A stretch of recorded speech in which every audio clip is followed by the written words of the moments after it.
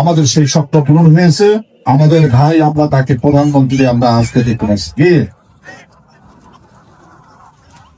পাশাপাশি আমি কৃতজ্ঞতা প্রকাশ করছি যে দীর্ঘদিন আপনাদের যে আকাঙ্ক্ষা ছিল এই লালমনিরহাট 2 আসন, এই আসন আমাদের হাতছাড়া ছিল। দীর্ঘ সময়ের পর আমাদের সেই আশা আকাঙ্ক্ষা আমাদের পূরণ হয়েছে।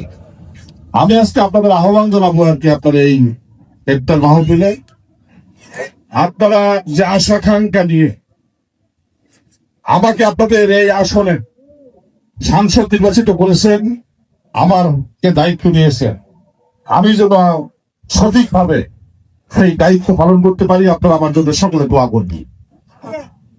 আপনাদের এই এলাকার কৃতি সন্তান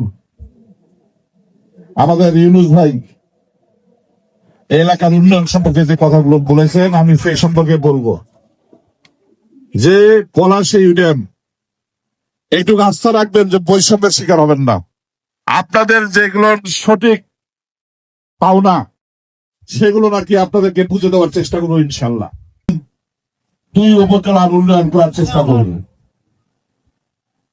শুধু আপনাদেরকে এইটুকু বলবো যে দীর্ঘদিন আপনারা যে উন্নয়ন থেকে বঞ্চিত ছিলেন, দীর্ঘ সময় যে আপনার যে কাজগুলো নাকি আপনার করা হয় নাই, আমি আমার নেতৃত্বে আপনার চেষ্টা করব যে আমরা যেন একটি দৃষ্টান্ত সৃষ্টি করতে পারি, যে আগামী দিনে এলাকার মানুষ যেন স্মরণ করে আর কি যে আমরা ক্ষমতায় এসে এই এলাকার একটি ব্যাপক পরিবর্তন আমরা করতে গিয়েছি।